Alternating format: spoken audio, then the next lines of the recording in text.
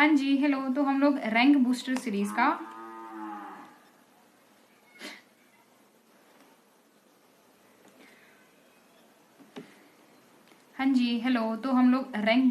का पार्ट 4 कर रहे हैं। ठीक है, आप लोग क्वेश्चन सॉल्व कीजिएगा और नीचे अपने मार्क्स कमेंट करिएगा। ठीक है, स्टार्ट करते हैं।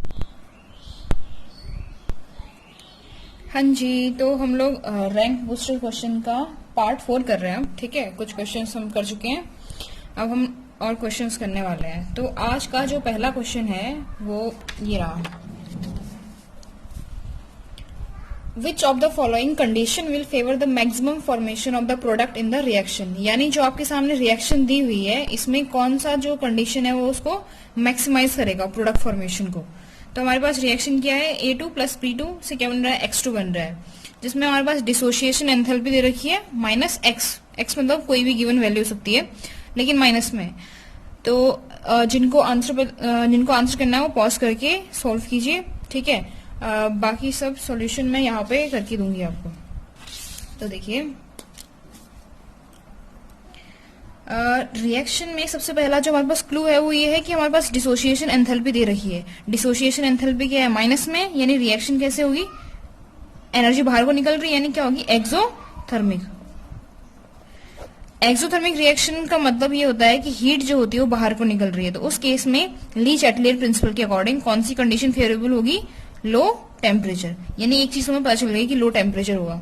दूसरा, हमें देखना है प्रेशर, एक ही चीज बचा है, प्रेशर और टेम्परेचर की कंडीशन दे रखी है।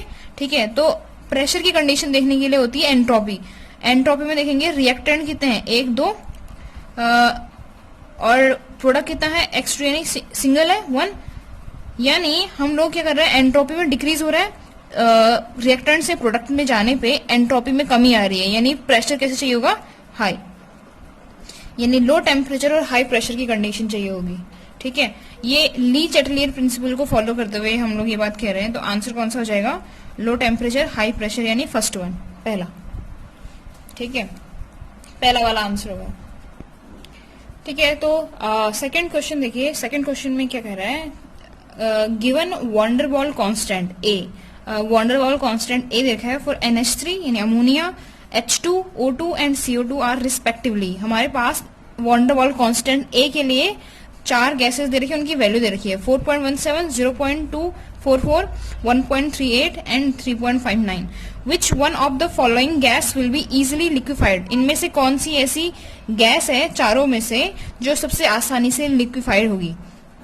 तो हमारे पास जो दे रखा है, क्या दे रखा है, ए होता क्या है, ए जो होता है वंडरवॉल कांस्टेंट है, जिसको क्या बोल देते हैं, inter molecular force of attraction, जो क्या कैलकुलेट करता है, inter molecular force of attraction.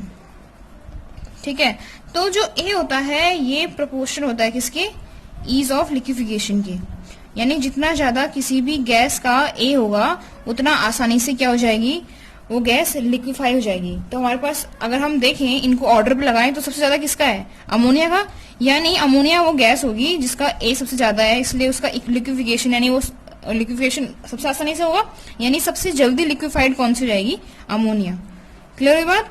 ये जो आइडियल गैस वाली कंडीशन थी, आइडियल गैस के बाद रियल गैस वाली कंडीशन आती है, उसमें हम लोग वंडर वाला इक्वेशन पढ़ते हैं। उसमें हमारे पास 2 कांस्टेंट आते हैं, ए और बी।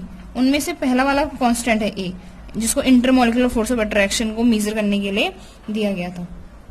क्लियर हुई बात। तो आंसर कौन सा है, ए। क्वेश्चन नंबर 3 देखिए, the solubility of BaSO4 in water is 2.42 into 10 की पावर -3 ग्राम पर litre at 298 kelvin temperature. The value of its solubility product will be. हमें KSP निकालना है। हमारे पास क्या दे रखी है, सॉल्युबिलिटी दे रखी है। ठीक है, और हमारे पास मोलर मास भी दे रखा है BaSO4 का, जिसको हम लोग क्या कर रहे हैं, वाटर में डिसॉल्व कर रहे हैं। ऑप्शन हमारे पास 4 दे रखे हैं। ठीक है, इसको कैलकुलेट करना कैसे है, देखिए। तो हमारे पास दिया क्या है क्वेश्चन में, सॉल्युबिलिटी कितनी है, 2.42 इंटू 10 की पावर -3 ग्राम पर लीटर। सबसे पहले हम इसको किस में चेंज करेंगे, मोल पर लीटर में चेंज करेंगे। उसके लिए हम क्या करेंगे, उसके मोलर मास से उससे डिवाइड करेंगे। तो यानी सॉल्युबिलिटी क्या हो जाएगा, 2.42 मल्टीप्लाई बाय 10 की पावर 3 अपॉन 233, तो हमारा यूनिट जो आएगा वो आएगा मोल पर लीटर में। ठीक है, ये आ गया सॉल्युबिलिटी। यहाँ से हमें केस भी निकालना है, तो जो केस भी होता है वो डिपेंड करता है आयंस पे कि कोई भी कंपाउंड वाटर में किस तरह से डिसॉल्व होगा। तो जब हम BaSO4 को डिसॉल्व करते हैं तो किस तरह से टूटता है, Ba+2 प्लस SO4 -2 में। ठीक है, तो इसका जो KSP होता है वो किस पे डिपेंड करेगा, Ba+2 पे और किस पे, SO4 -2 पे। राइट, ठीक है, ये चीज क्लियर हुई। तो BaSO4 के लिए भी सॉल्युबिलिटी होगी, SO4 के लिए भी सिंगल सॉल्युबिलिटी होगी। आगे से कोई वो तो है नहीं, नंबर ऑफ मॉलिक्यूल्स तो है नहीं, क्योंकि ये भी सिंगल है ये भी सिंगल है। तो S इंटू क्या हो जाएगा, S यानी S²। और S की वैल्यू में दी हुई है क्वेश्चन में। ठीक है, कितनी दी हुई है, 2.42 इंटू 10⁻³ 233 का स्क्वायर हो जाएगा। ठीक है, 2.42 इंटू 10⁻³ का 233 से डिवाइड करेंगे और इसका स्क्वायर हो जाएगा, यहाँ से आंसर जाएगा। ठीक है, तो आंसर जो आता है वो लगभग किसके बराबर आता है, 1.08 इंटू 10⁻10 मोल स्क्वायर पर लीटर स्क्वायर। मोल स्क्वायर पर लीटर स्क्वायर कैसे, मोल पर लीटर पहले आ गया था, इसका स्क्वायर करेंगे तो मोल का भी स्क्वायर हो जाएगा, लीटर का भी स्क्वायर हो जाएगा, तो इसलिए यूनिट क्या हो जाएगी, मोल स्क्वायर पर लीटर स्क्वायर। ठीक है, कैलकुलेट करके देख लीजिएगा। तो आंसर आ गया हमारे पास फर्स्ट वाला। ठीक है, 1.08 इंटू 10⁻10। तो फोर्थ क्वेश्चन देखिए, इन विच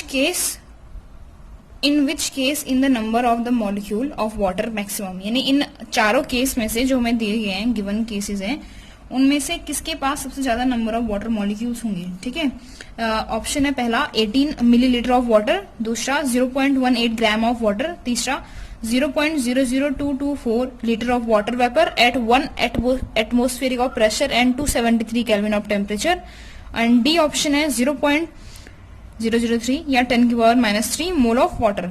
ये चार ऑप्शन है, इन चारों में से हमें वाटर के नंबर्स निकालने हैं और मैक्सिमम वाले को ढूंढना है, कंडीशंस को।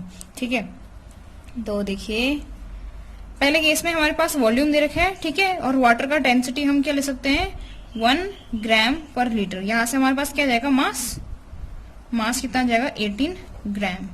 तो अगर हम यहां से गिवन नंबर निकालें तो हमारे पास ये मोल कॉन्सेप्ट के जो 3 फॉर्मूले थे, अगर आप लोगों को याद होंगे कौन से, मोल इक्वल्स टू क्या होता है, given mass upon molar mass, दूसरा ऐसी mole equals to given number atom या मॉलिक्यूल कुछ भी हो सकता है अपॉन एवोगैड्रो नंबर। ठीक है, और ऐसे एक मोल का और फॉर्मूला था वॉल्यूम के टर्म में, गिवन वॉल्यूम अपॉन 22400। ये एनटीपी में प्रेशर 1 एटमोस्फेरिक और 298 केल्विन टेम्परेचर पे हम लोग इस कंडीशन को लेते हैं। मिलीलीटर में होगा ये, और ऐसे 22.4 ये लीटर में होगा। ये हमारा डिपेंड करेगा कि हमारे पास जो गिवन वॉल्यूम है वो क्या दे रखी है। अगर मिलीलीटर में देखोगे तो ये लेंगे, लीटर में देखोगे तो ये लेंगे। ठीक है, यहाँ से क्लियर हुआ। तो हमारे पास अब मास है। ठीक है, और हमें निकालना क्या है, गिवन नंबर निकालना है। तो यानी इन दोनों फॉर्मूलों को हम इक्वल रखेंगे। तो वहां से हमारे पास क्या जाएगा, given number of molecule equals to कितना होगा, given mass upon molar mass multiply by Avogadro number. इन दोनों को इक्वल रखा है। ठीक है, तो गिवन मास कितना है हमारे पास, 18 ग्राम आ रखा है, और मोलर मास भी कितना है वाटर का, 18 इंटू 6.022। ये एवोगैड्रो नंबर की वैल्यू होती है। तो हमारे पास आंसर इतना ही आ जाएगा, 0.22 इंटू 10⁻23। ठीक है, ये पहले वाले केस में नंबर ऑफ मॉलिक्यूल्स आ गए हैं। ऐसे ही हम 3 और केसों के लिए भी निकालेंगे। ठीक है, दूसरे केस में देखिए, पहले केस के इतने नंबर मॉलिक्यूल आ गए, दूसरे में क्या है 0.18 ग्राम दे रखा है। मैंने इसमें भी मास दे रखा है, सेम इसकी तरह यहाँ भी करेंगे। गिवन नंबर इक्वल्स टू क्या हो जाएगा, 0.18 ये मास हो गया अपॉन 18 मोलर मास हो गया इंटू एवोगैड्रो नंबर 6.22। इससे कटेगा, नीचे 2 जीरो आएंगे, यानी क्या जाएगा 10⁻² होगा ऊपर, इंटू 6.022 इंटू 10⁻23, यानी 6.022 इंटू 10⁻21 हो जाएगा इसका। यानी ये चाहता है अभी भी। ठीक है, ऐसे नेक्स्ट केस में इसमें हमारे पास वॉल्यूम दे रखा है, यानी हम कौन से 2 फॉर्मूलों को यूज करेंगे। ठीक है, इस वाले को, गिवन वॉल्यूम वाले को, और किसको, गिवन नंबर वाले को, इन दोनों को इक्वल रखेंगे। तो वहां से हमारे पास नया फॉर्मूला बनेगा, ठीक है। गिवन नंबर इक्वल्स टू क्या आएगा, वॉल्यूम कितना दे रखा है, गिवन वॉल्यूम अपॉन हमारे पास लीटर में दे रखा है तो 22.4 ले रहे हैं हम, ठीक है, इनटू एवोगैड्रो नंबर 0.22 इंटू 10 की पावर 23 कितना हो जाएगा 0.00224 अपॉन 22.4 इंटू 6.022 20 और 23, ठीक है। ये दिख नहीं रहा है ना, एक मिनट,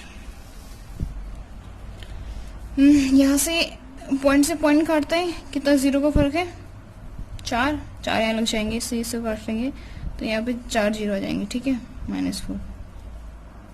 तो यहाँ पर 6.022 इंटू 10 की पावर क्या जाएगा 19, ठीक है। ये और कम हो गया, यानी अभी भी मैक्सिमम कौन सा है, पहला ही केस है।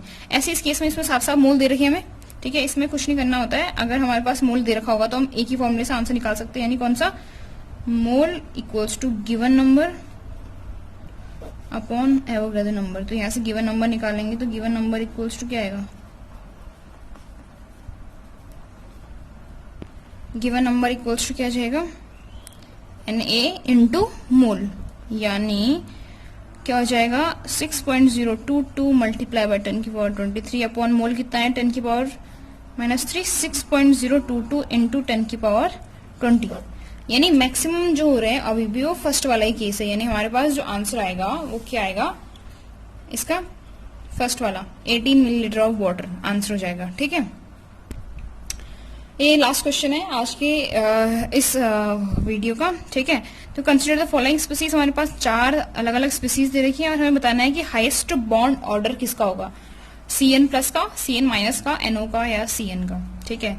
तो अगर आपने पहले की वीडियोस देखी होंगी तो उसमें एक ट्रिकी मेथड था, ठीक है, जिससे हम डायरेक्ट ऐसे हेड्रो बायोमोलिकुलर जो कंपाउंड होते हैं, मॉलिक्यूल बोलेंगे, इनका हम क्या निकाल सकते हैं, बॉन्ड ऑर्डर निकाल सकते हैं। तो क्या था उसके अकॉर्डिंग, अगर नंबर ऑफ इलेक्ट्रॉन जो है वो कितने हैं, 10 है, 11 है, 12 है, टोटल नंबर ऑफ इलेक्ट्रॉन की बात हो रही है, 13, 14, 15, 16, 17 और 18 है। तो इनके लिए हम डायरेक्ट क्या निकाल सकते हैं, बॉन्ड ऑर्डर। इनका होता है 1, फिर हम इनमें सिर्फ 0.5 ऐड करते जाएंगे, 2, 2.5 और मैक्सिमम जो पहुंचता है पी ब्लॉक वालों के लिए वो 3 होता है, ठीक है। ये है 3, यानी 14 के केस में। तो हम इनको देख लेते हैं, NO को देखते हैं पहला। NO में कितने हो रहे हैं, 7 + 8 यानी 15। ऐसी कितना हो जाएगा 15 में 2.5, तो इसका हो गया 2.5। ऐसी CN+ में कितने हो रहे हैं, 6 + 7 - 1, क्योंकि प्लस है एक निकल रहा है, ये जाएगा 12। 12 में कितने हो रहे हैं 2, इसका हो जाएगा 2। फिर क्या है CN- कितना हो रहा है 6 + 7 + 1 कितना हो जाएगा ये 14। 14 में कितना होता है 3। और अगला है CN कितना होगा 6 + 7 यानी 13। 13 का कितना होता है 2.5। यानी मैक्सिमम जो हो रहा है वो 3 पहुंच रहा है, जो किसका हो रहा है CN- का। तो आंसर कौन सा हो जाएगा B, ठीक है। तो 5th क्वेश्चन का आंसर है B। ओके, तो आज के लिए इतने ही क्वेश्चन थे, ठीक है। अब लोग प्रैक्टिस करिए, मिलते हैं अगली बार।